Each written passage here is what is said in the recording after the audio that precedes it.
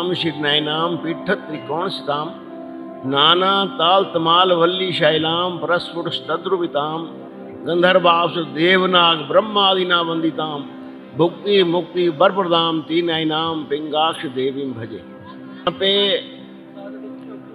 बहुत से श्रद्धालु माता जी के चरणों में कोई पैदल आता है, कोई साष्टांग प्रणाम करता हुआ आता है और आकर के माता जी की पूजा अर्चना करते हैं, यज्ञ करते हैं, कन्या पूजन करते हैं और माता जी का आशीर्वाद लेते हैं।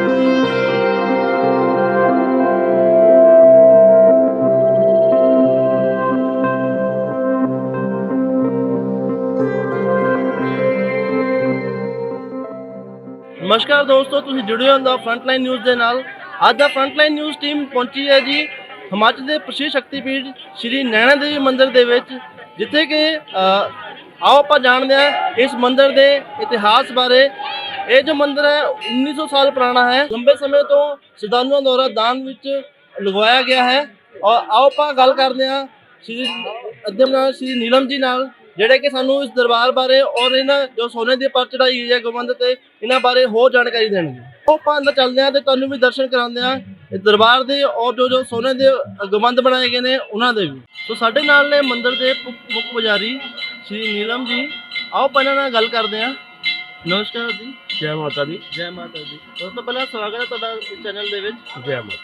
ਹਾਂਜੀ ਪੁਜਾਰੀ ਜੀ, ਸਭ ਤੋਂ ਪਹਿਲਾਂ ਇਸ ਦਰਬਾਰ ਦੇ ਇਤਿਹਾਸ ਬਾਰੇ ਸਾਨੂੰ ਜਾਣਕਾਰੀ ਦਿਓ ਜੀ। माता जी का मूल नाम है जी नैना महिषमर्दिनी। दैत्य काल में जब महिषासुर की राजधानी अनंतपुर साहब में हुआ करती थी, पहले अनंतपुर साहब का नाम जो है वो माखवाल के नाम से था। तो महिषासुर का जब माता जी ने यहाँ वध किया है, तब देवताओं ने जय नैने का उद्घोष किया है। इसलिए माता जी का मूल नाम जो है वो नैना महिषमर्दिनी के नाम से विख्यात है। सर जी, ਅਸੀਂ ਜਾਣਨਾ ਚਾਹਾਂਗੇ ਕਿ ਕਿੰਨਾ ਸਮਾਂ ਹੋ ਗਿਆ ਇਸ ਮੰਦਿਰ ਨੂੰ ਬਣੇ ਨੂੰ ਔਰ ਇਹਦੀ ਉਚਾਈ ਕਿੰਨੀ ਹੋਈ ਹੈ? ये मंदिर तो वैसे दैत्य काल में बना है। माता जी का यहाँ जो प्राकट्य हुआ वो दैत्य काल में हुआ है, लेकिन युगों के दौरान सतयुग में जब सती माता जी का आत्मदाह हुआ कर दिया था उन्होंने, तब यहाँ उनके नैन गिरे हैं। ये फिर नैना के नाम से विख्यात हुई। और अभी 21वीं शताब्दी के अंतर्गत कोई 1950 वर्ष पहले राजा वीरचंद जी हुए हैं हमारे बिलासपुर के। राजा वीरचंद जी के समय में तो वो देखता है कि एक उसकी बछड़ी जो है वो सभी गौओं से अलग है, भिन्न है। तो वो सोचता है कि गौओं तो सभी एक ही जंगल में चरती हैं, ये बछड़ी कौन सा घास खाती है जो सभी बाकी गौओं से अलग है। इस बात को लेकर के वो उसका पीछा करता है। तो वो क्या देखता है कि वो आकर के जब उसने देखा तो वो बछड़ी जो है वो इस पंडी के ऊपर आकर के खड़ी हो जाती है और उसके स्तनों से स्वयं में दूध निकलता है। तो उसको बड़ा अचंभा हुआ कि ये तो कुंवारी है, ऐसा तो हो नहीं सकता। तो जब सूर्यास्त हुआ तो बछड़ी ने आंखें खोली और घर को वापस चली गई। और उस रात उस ग्वाले को स्वप्न आया कि राजा को बताओ कि यहाँ पे मेरा मंदिर बनाया जाए। और राजा वीरचंद जी को भी उसी रात में स्वप्न आया कि जहाँ कोई मेरा मंदिर बनाने के लिए कहेगा वहाँ पे मेरा मंदिर बनाया जाए। सो ये जो आज जो मंदिर का स्वरूप है ये लगभग 1950 वर्षों से बनता हुआ आ रहा है। इस पहाड़ी की ऊंचाई 4500 फीट है। तो देख सकते ऊंचाई ਤੇ ਇਹ ਮੰਦਿਰ ਜੋ ਹੈ ਉਹ ਬਣਿਆ ਹੋਇਆ ਹੈ। ਪੁਜਾਰੀ ਜੀ, ਇੱਕ ਆਪਾਂ ਦੇਖ ਸਕਦੇ ਹਾਂ ਕਿ ਜੋ ਮੰਦਿਰ ਦੇ ਗੁੰਬਦ ਹੈ ਉਹਨਾਂ ਦੇ ਉੱਪਰ ਸੋਨੇ ਦੀ ਪਰਤ ਬਹੁਤ ਕਮਾਲ ਦੇ ਨਾਲ ਚੜਾਈ ਗਈ ਹੈ, ਜਿਸ ਨਾਲ ਕਿ ਦੂਰ ਤੋਂ ਹੀ ਦਰਬਾਰ ਦਾ ਇੱਕ ਝਲਕ ਪੈਂਦੀ ਹੈ, ਰੋਸ਼ਨੀ ਪੈਂਦੀ ਹੈ ਤਾਂ ਬਹੁਤ ਵਧੀਆ ਲੱਗਦਾ ਹੈ। ਤਾਂ ਕੁਝ ਜਾਣਕਾਰੀ ਦੇ ਸਕਦੇ ਹੋ ਇਸ ਬਾਰੇ ਵੀ ਕਿਹੜੀ ਕਿਹੜੀ धातु ਇਸ ਦੇ ਉੱਪਰ ਲੱਗੀ गई है? ये स्वर्ण में जो मंदिर बनाया गया है ये श्रद्धालुओं की तरफ से बनाया गया है।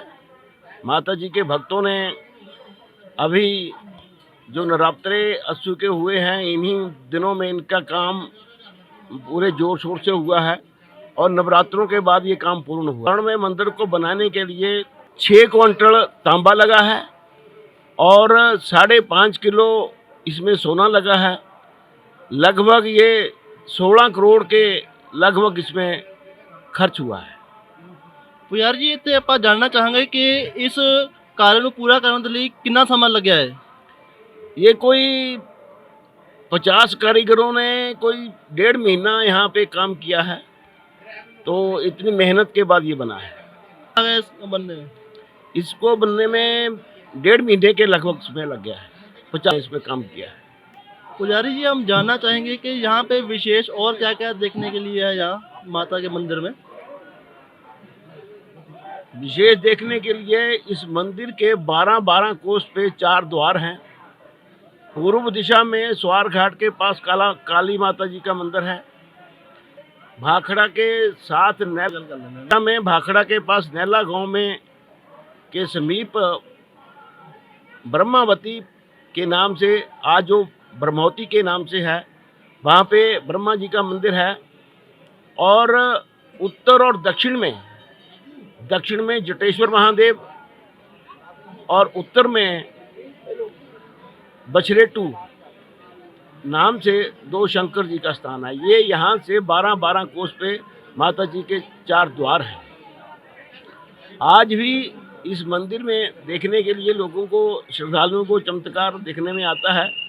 यहाँ पे जब कभी ज्वाला माँ आती हैं तो उनके साक्षात दर्शन होते हैं। बहुत विशेष तूफान होता है, बारिश होती है, पावर फेल हो जाती है। उसके बाद यहाँ पे ये पीछे त्रिशूल है, त्रिशूल के ऊपर सबसे पहले 3 ज्योति जलती हैं। उसके बाद जो श्रद्धालु इस छत पे जाते हैं और जो हवा में हाथ करते हैं तो उनकी 10-10 अंगुलियों में 10 हाथ पे नहीं ज्वाला माँ के दर्शन होते हैं, तो वो फूल या प्रसाद ले लेते हैं, उस पे भी उनको दर्शन हो जाते हैं। और दूसरा है, यहाँ पे यज्ञशाला जो है वो सिद्ध है। यहाँ पे विशेष रूप से गुरु गोविंद सिंह जी ने 1.25 लाख मण सामग्री से यज्ञ करके माता जी से उनको यहाँ शक्ति के रूप में खड्ग प्राप्त हुआ है। फतेह का वरदान उनको यहीं से मिला है। चंडी की वार सिखों का जो मुख्य ग्रंथ है वो उन्होंने यहीं से लिखा है। और यहीं से यज्ञ पूर्ण करने के बाद उन्होंने आनंदपुर साहब में जा कर के सिख पंथ की स्थापना की है। तो आज भी इस यज्ञ में जितना मर्जी बड़ा यज्ञ हो जाए तो इसकी भस्म जो है वो निकालनी नहीं पड़ती है। ये यहाँ की एक दूसरा चमत्कार है। सो देख सकते हैं यहाँ के जो ये मंदिर है ये चमत्कारां नाल भरपूर है। पुजारी जी, इत्थे एक गुफा भी है, ਇਹਦੇ बारे सानू थोड़ा जानकारी दी। मंदिर के उत्तर दिशा में लगभग मंदिर से 100 मीटर की दूरी पर गुफा है जो आज भी प्रचलित है। लेकिन जब महिषासुर का आतंक रहा है, उसने दैत्य लोक को भी, स्वर्ग को भी जीता है, तो उस समय ऋषियों मुनियों ने और देवताओं ने इस पहाड़ी के भीतर रह करके उस विकट समय को व्यतीत किया है। ये पहाड़ी जो है वो गुफाओं की बनी हुई पहाड़ी थी। इसमें अनेकों गुफाएं थी, लेकिन अब जैसे जैसे प्रगति हो रही है और ये कार्य हो रहे हैं, उससे कई गुफाएं तो लुप्त हैं।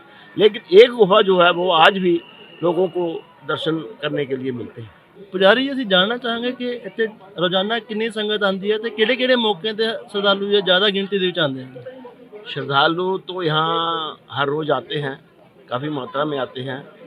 और रविवार के दिन लगभग 1.5 लाख व्यक्ति जो है वो दर्शन करते हैं यहाँ पे। दूसरा, यहाँ पे चैत्र नवरात्रा, अश्विन नवरात्रा, श्रावण का मेला, गुप्त नवरात्रे, होला, बसंत पंचमी, नव वर्ष, ये सभी जो है वो बहुत सारे यात्री जो है माता जी से दर्शनों के लिए, आशीर्वाद लेने के लिए यहाँ आते हैं। जी, ਇੱਥੇ जो माता का जन्मदिन मनाया जाता है, ये बड़ी दुविधा वाली गल है कि माता का जन्मदिन की है, इस बारे थोड़ा जानकारी दियो जी। ऐसा है, जब महिषासुर ने तपस्या करके अमर रहने का वर मांगा था, तो अमर तो वो नहीं हो सकता था, लेकिन ब्रह्मा जी ने उसी को पूछा कि भाई तुम कैसे मरना चाहते हो। तो उसने ये सोचा कि नारी जो अबला होती है, नारी मुझे नहीं मार सकती है। तो उसने ये वर मांगा कि किसी नारी के हाथों मेरी मौत हो। और दूसरा वर उसने ये मांग लिया कि वो नारी ऐसी हो जो जन्म और मृत्यु से रहित हो। तो इसलिए माँ का जो है वो जन्म नहीं हुआ है, माँ की ना मृत्यु हुई है ना जन्म हुआ है, इसलिए जन्म उत्सव नहीं। लेकिन हाँ, ये बात जरूर है कि हम उस दिन को प्राकट्य रूप के रूप में, माता जी का उस दिन प्राकट्य हुआ है, इसलिए हम उसको प्राकट्य रूप में मनाते हैं। ਤੇ ਪ੍ਰਗਟ ਉਤਸਵ ਤੋਂ ਗੱਲ ਚੱਲ ਰਹੀ ਸੀ ਤੇ ਆਪਾਂ ਉਹ ਪੁੱਛਦੇ ਹਾਂ ਪੁਜਾਰੀ ਜੀ ਨੂੰ। ਪੁਜਾਰੀ ਜੀ, ਦਰਬਾਰ ਦੇ ਵਿੱਚ ਹੋਰ ਕਿਹੜੇ-ਕਿਹੜੇ ਸਥਾਨ ਨੇ ਜਿਹੜੇ ਉਹ ਦੇਖਣ ਯੋਗ ਨੇ? जब माता जी ने महिषासुर का अंत किया है तो उसकी नैन, दोनों नैन निकाल करके अपने पीछे फेंके हैं, तो उन दोनों नैनों से दो बावड़ियां बनी हैं, एक झिड़ा के नाम से है और एक बम्ब की बौड़ी के नाम से है। जो झिड़ा की बौड़ी है वहीं से आज भी माता जी के स्नान के लिए जल वहीं से आता है, सुबह भी और शाम को भी। जो व्यक्ति लेकर के आता है वो एक पुश्तैनी परिवार है और वो नंगे पाँव नहा के शुद्ध होकर के पूरे विधि के अनुसार उसको लेकर के आता है। रास्ते में कोई व्यक्ति उसको छू नहीं सकता है। अगर बाई चांस उसको कोई छू लेता है तो उसको दोबारा जा करके वो दोबारा जल लेकर के आना पड़ता है। पुजारी ਇੱਥੇ ਅਸੀਂ ਜਾਣਨਾ ਚਾਹਾਂਗੇ ये प्रक्रिया जो है कितने बजे होती है? स्नान सुबह यहाँ पे 5 आरतियाँ होती हैं जी। पहले सुबह 4 बजे मंगल आरती होती है, उसमें माता जी की शयन जो है वो उठाई जाती है। उसके बाद माता जी के स्नान के लिए जल आता है, फिर माता जी का श्रृंगार आरती होती है। दोपहर में मध्यकालीन आरती होती है, उसमें राशि भोग का प्रावधान किया जाता है।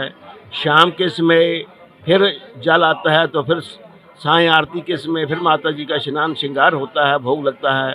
और उसके बाद रात में शयन आरती होती है, उसमें माता जी की शयन बिछाई जाती है और उसमें भी पांचों आरतियों में अलग अलग प्रकार के 5 भोग लगाए जाते हैं।